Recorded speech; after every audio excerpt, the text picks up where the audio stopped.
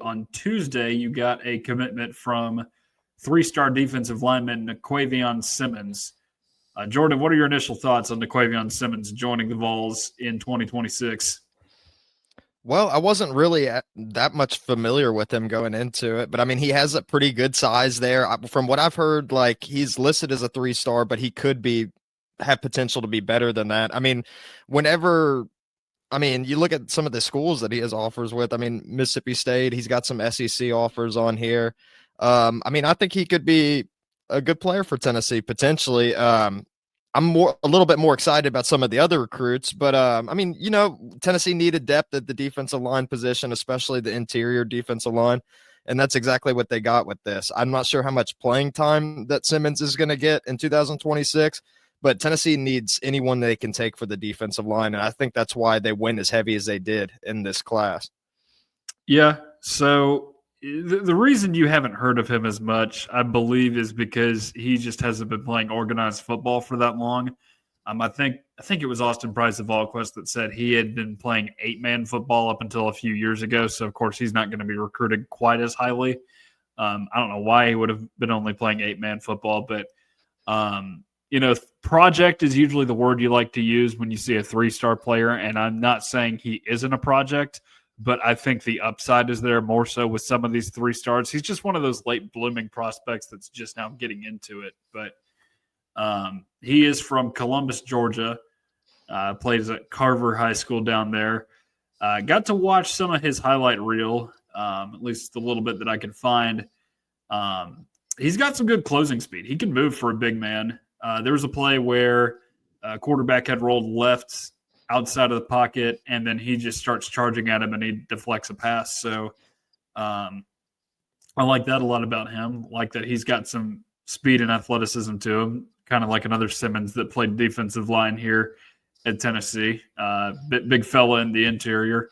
Another thing, Jordan, that is interesting and something that we should note about Naquavion Simmons, his older cousin is former Georgia and Steelers linebacker Jarvis Jones, who I think we all know a thing or two about, having watched SEC football in the last 15 years. He was one of those great players on that Georgia defense back at the end of the Mark Richt era. And interestingly enough, do you know who on Tennessee staff was on Georgia's staff that year? On this current Tennessee staff. When Jarvis Jones was there? Yeah.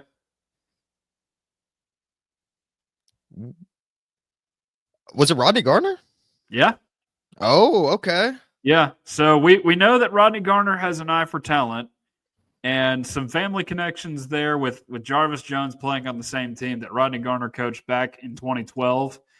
And Rodney Garner, too, he's made comparisons to different guys that he's coached both at Georgia and Auburn when describing guys in press conferences. I forget who it was a few years ago, but he compared – oh, man, he's used a few different defensive linemen in these. I mean, he talked about introducing one of his guys to Richard Seymour, who he coached at Georgia. Mentioned something about it's slipping on me. It's either Geno Atkins or John Jenkins that he mentioned in a press conference once upon a time. But, this guy's coached a lot of very good people. He would not have coached Jarvis Jones seeing that Jarvis Jones was a linebacker, but he knows the family pedigree a little bit, sees his younger cousin play and thinks, yeah, this is a guy that can fit into my defense. And we're going to trust Rodney Garner. We're going to continue to trust him as long as he is the defensive line coach here at Tennessee. He's the best recruiter on this staff, most proven recruiter. And this may be a diamond in the rough for Tennessee. Yeah, I mean, whoever Gardner's going to get, you got to trust that he's going to get a good guy. I mean, all the talent that he's already coached and been proven. I think he's been in the SEC alone for 35 years or something like that coaching.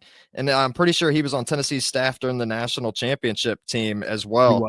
So you're talking about a guy that just knows talent, and especially being in the SEC as long as he has, that he knows to get the right guys. So, I mean, 3-star or not, I mean, I will take his word for whoever he thinks is going to be a good player. And I think more often than not, he's going to get it right. So that is signing day eve. And that was obviously a nice pickup for Tennessee right before the main festivities began. But Wednesday was a pretty big day for Tennessee in terms of landing commitments in this class. The first commitment on Wednesday was Carter Gooden, four-star defensive end out of Massachusetts, originally from Canada. Jordan, your initial thoughts on Carter Gooden? I really love this pickup. I liked what I saw from his highlights. I mean, he can go pass rush the quarterback very well, but he also can wait at the line and wait for the running back to come there too. I thought that he had good speed and his size, man. I mean, he's not like ginormous on paper. I mean, he's 6'4", 260, but I mean, his muscle mass. I mean, he is a ginormous, strong dude. I think that he's got potential to be a pretty good player at Tennessee. I'm very excited about this one. Yeah, watching him, I like that you brought up the run stuffing ability because I think that's what popped to me the most when watching his tape. Obviously, you think of these defensive ends, you think of pass rushing, James Pierce. You got another one of those guys kind of like Pierce and Hezekiah Harris in this class, who's a little bit of a taller, lankier defensive end. That's not the case with Carter Gooden. You know, he's a little bit more built, but he can cut through the inside of an offensive line to try and make plays, which I really like about him. There's also, I want to say it was Carter Gooden at least. There were a few field goal blocks in there. Mm-hmm. So I think he had 4 last year. Yeah. Yeah, that's a nice bonus if you can get them with a guy like that. So I like this get for Tennessee. I guess the only thing that I'm wondering a little bit is what was it? Oh, yeah. He's playing in Massachusetts. I don't know what the high school football talent is like up there. I can't imagine it is as good as it is down here in the South. But one thing that I do know with Massachusetts in relation to Tennessee football is there's like 5 players ever before Carter Gooden that have come from Massachusetts to play from Tennessee. And guess what? They're all from like the 40s and 50s. So I hope Carter Gooden can be the guy that changes the trajectory of Massachusetts football recruiting for Tennessee, if that is indeed a thing. But no, not a state that Tennessee taps into very often. Yeah, I mean, Massachusetts, that's a good point. I don't know too many football players in general, let alone like from Tennessee that have came out of Massachusetts, but maybe I'm overlooking some people. But I don't know. I like what I see on his tape. I'm excited to see him. I think he's really good at making angles to get to the ball carrier. He seems to be a pretty observant player out there that just seems to know where the ball is going at any given time. But I mean, I like him. And I think I read somewhere, unless I'm confusing him with another recruit, I'm pretty sure he played lacrosse and hockey in high school too, which is an interesting combination that you don't typically see, especially from an edge rusher. That sounds about right. I mean, not making assumptions here, but in Canada, they do love their hockey. And even up north, like they played a little bit more than we do down here. It looks funny to us Southerners, but yeah, he must be big into the stick sports as well. And they're, you got to be pretty tough to play those as well. You got to have some really good hand-eye coordination to play hockey. I don't know how those guys do it. I mean, I watch it; it's impressive. I don't understand it honestly, but like you look at it, those dudes are skating on ice. Which, for one, I can hardly skate for crap anyway. Like roller skating, I am terrible at it.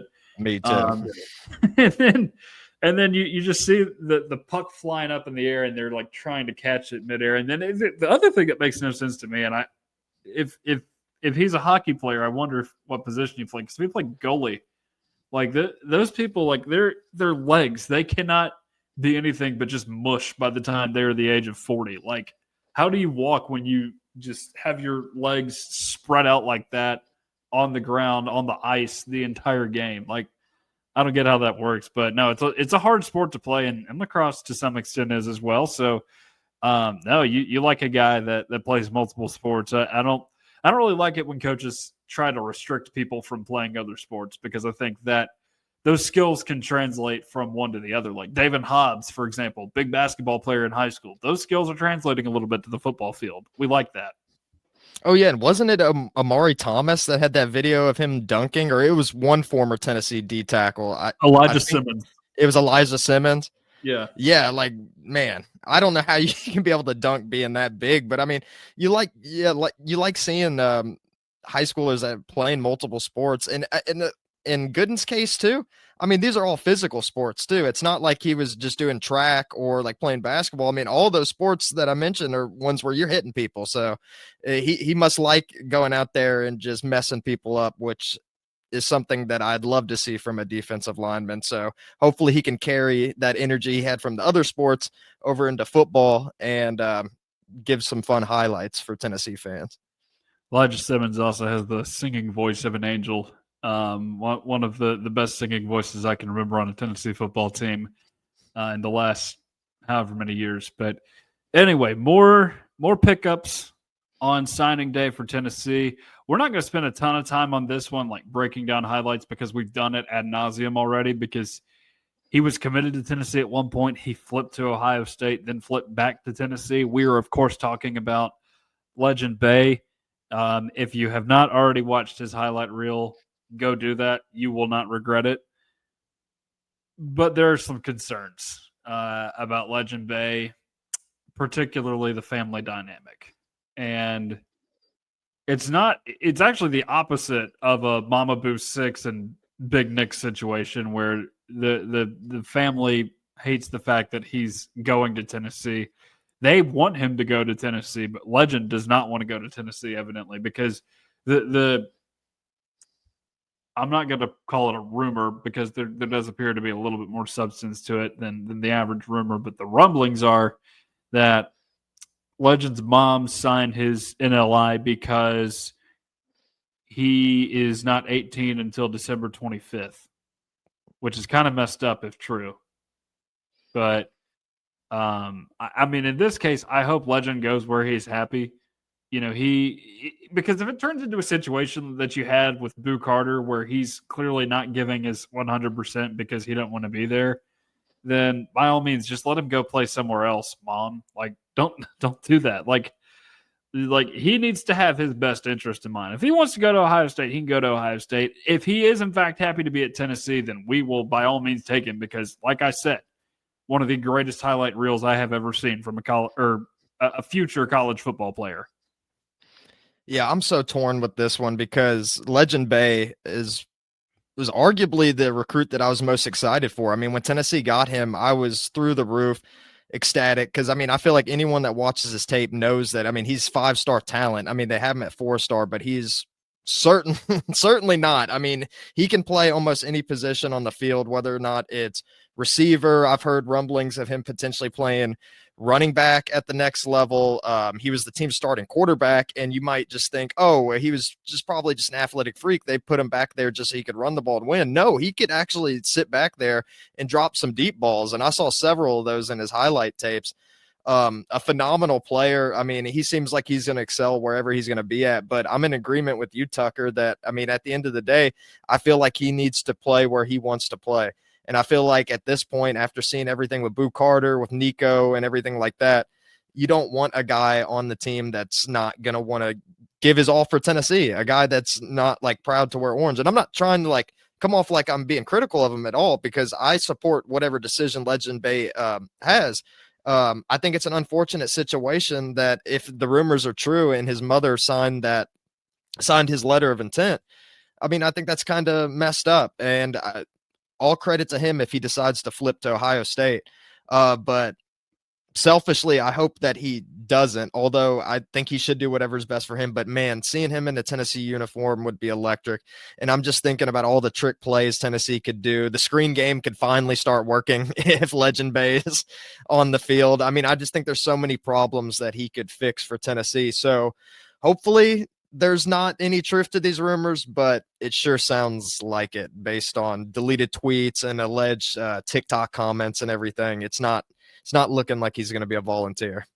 Yeah, and again, we are not harboring any resentment toward him if he flips back to Ohio State, if that is the reason. Um, because I hope he does what's best for him. Again, man, these kids, they have too many people in their ears that are just they're filling them with bad thoughts. They like Boo Carter in particular is an example of this potentially happening. So and then Nico too. So hate it for him if that's true, but we will take it if it is not. Oh, yeah. Yeah. Two more commitments from Wednesday. You got one from Jordan Carter, the defensive end out of Douglas County High School in Georgia. That is Atlanta area. Tennessee had this one circled for a little bit after he decommitted from Texas A&M back on November 1st and was recruiting him pretty hard alongside Auburn and Georgia Tech. Looked like Georgia Tech had gained some momentum there, but Carter ultimately commits to Tennessee. Jordan, what are your thoughts on Jordan Carter? Well, I haven't gotten a chance to watch his highlights entirely, but I mean, a 4-star defensive end. I mean, like, you got to love that. I mean, Tennessee's seemingly getting a lot of defensive linemen in this class, and I think with good reason, because that's been a position of need this season due to all the injuries and everything like that. I mean, and he's recruited from Alabama, Texas A&M, Auburn. I mean, you're talking about big schools here, and I'm watching a play of him right now, just chasing the quarterback left and right. Dude's trying to zigzag every way, and he can't get away from him. I mean, he's got good size. I mean, let's see here. Did he play any other sports? I'm not seeing right here, but he got 18 sacks as a senior. I mean, if he can replicate some of this stuff at Tennessee, I think that he could be pretty good. But Tennessee does have a few edge rushers that'll be ahead of him for a couple seasons, more likely with Jordan Ross and Caleb Herring and stuff. You would imagine that they are going to be the starters next season. But I like his potential, and I think that he could be a good player for Tennessee. Yeah, there are a lot of things that I liked about that reel. I think I watched his junior year reel, so again, there's still a little bit more to watch, and I guess one more year of reels that I have not watched just yet to really watch him perfect his craft in high school. But the things that I liked is that he showed a little bit of everything, honestly, because at first it was a lot of pass rush, and I was like, okay, another one of these guys who can rush the passer, but once the ball gets handed off, he's just toast on the play. That's not the case with him. This is a guy that can not only cut inside and stuff the run like with what we saw with Carter Gooden, but a guy that when the run gets outside of him, he doesn't give up on the play, and not giving up on plays is huge on defense. So do like a guy that showcases some run pursuit with Jordan Carter. And like I mentioned with Carter Gooden, he's got the block kick bonuses as well. So does a little bit of everything for this team on defense. And another thing, they use him as a fullback on goal line packages. Maybe he and Carson Gentle can get in a little heavy rotation with Nathan Robinson when Tennessee is trying to run the ball in short yardage situations. So lots of things to like about Jordan Carter. Shows you a little bit of everything on his highlight reel. Yeah, and I would love it if he ended up having some of those special packages at Tennessee, because one of my favorite years, I forget which one it was, maybe it was 2012. I mean, Tennessee was bad during those times, but getting to see AJ the Beast Johnson score all those touchdowns, because he led the team in rushing touchdowns that year, which I don't know how many people remember that or not, but it's pretty insane when you're starting middle linebackers leading the team in rushing touchdowns. But it also shows how bad Tennessee was during that time. Unfortunately, they didn't hand them the ball in any of those highlights. They didn't hand Jordan Carter the ball in any of those highlights. So they may not do that, but it would be fun if they did. It would be fun if they did to try and mix it up. But that was commitment number 3 on Wednesday. Commitment number 4 would be Jeremy Finch, JJ Finch, as he's more commonly known. His dad was on that 2008 Florida Gators team with the 41 people arrested. Jeremy Finch Sr. Really? Yeah. I did not know that. That's crazy. Yeah, I didn't know that until somebody tweeted it. I think it was Andy Staples who tweeted it and was like, goodness gracious, we are all so old. Because that's one of my earliest college football memories. So Kind of crazy how that works. But Jordan, you have any initial thoughts on J.J. Finch, the borderline 4-star defensive lineman out of Indianapolis? Yeah, I mean, I like a lot like his size. I mean, he's listed at 260, but he doesn't look 260. It's like a weird situation because some pictures of him he looks kind of lanky, but I mean, you wouldn't think that being 260 pounds. I mean, I like from what I see from him. I mean, he seems to be pretty quick. He seems like he can make some hard hits on there, and that's especially good if you're weighing 260. I mean, I wonder what he'll end up being when it's all said and done in Tennessee. But I mean, he seems to have pretty good athleticism. You can line him up as an interior defensive lineman, have him out there on the edge. I mean, he seems like a pretty good athletic defensive lineman. And once again, I mean, another thing that Tennessee needs for this roster. So I'm liking that Tennessee went so heavy on the defensive line in this recruiting class. Yeah, I liked a lot of the things I saw in his highlight reel too. As you can imagine, they put him in the interior of that defensive line a lot as a defensive lineman, but he likes the swim move as a first step, and that's something that that he's putting out there a lot. And he looks kind of skinny out there on the defensive line going against those guys in Indianapolis, which I don't know. Maybe that's just me looking at it as a guy that just hadn't put on a ton of weight just yet, and he's going to have to do that when he gets to college. But he looks pretty quick in there, kind of fleet on his feet for an interior defensive lineman. So glad that Tennessee can get a guy like that. Couple other things I noticed. He's a pretty violent finisher when he gets to the running back. And I like that. Brings a little bit of an attitude to the defense. Lots and lots and lots of tip passes in that highlight reel.